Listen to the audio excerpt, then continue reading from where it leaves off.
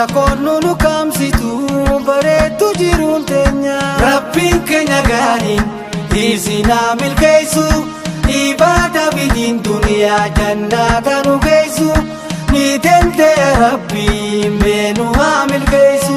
Haakimni goosumaa ya Rabbi ogeessini anaan mala koodhiisee gama keetiin leessini tanaaf rakkoo dhiftee nurraa fageessini.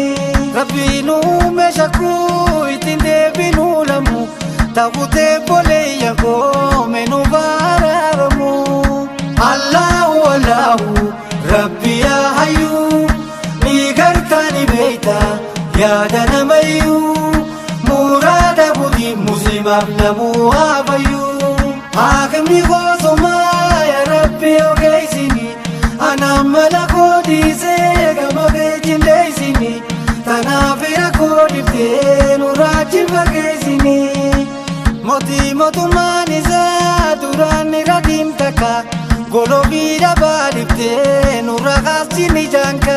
Allahu Allahu siitu alimaa irraa nu duroomsi fuula zaalimaa nu hanni riskiinte hin qabdu dhumaa. Haakimni goosumaa ya Rabbi ogeessini anaan mala koodhiisee gama keetiin leessini tanaaf rakkoo dhiftee nurraa fageessini.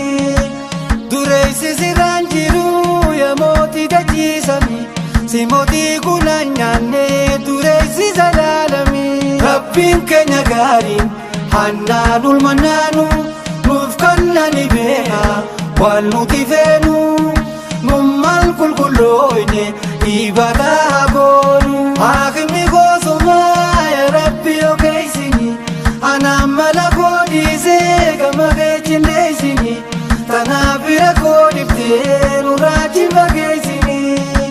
Nu haa baraaru irraa Rabbiin fitinaa amma zamanuun lakhir jirraa yaa koleeyyan islaamaa. Allahu Allahu siitu qaadiraa hin jiru tokkolleen dureessi sirraa nun hongeessi mootii tola keetirraa. Haakimni goosumaa ya Rabbi ogeessini anaan mala koodhiisee gama keetiin leessini tanaaf rakkoo dhiftee nurraa fageessini.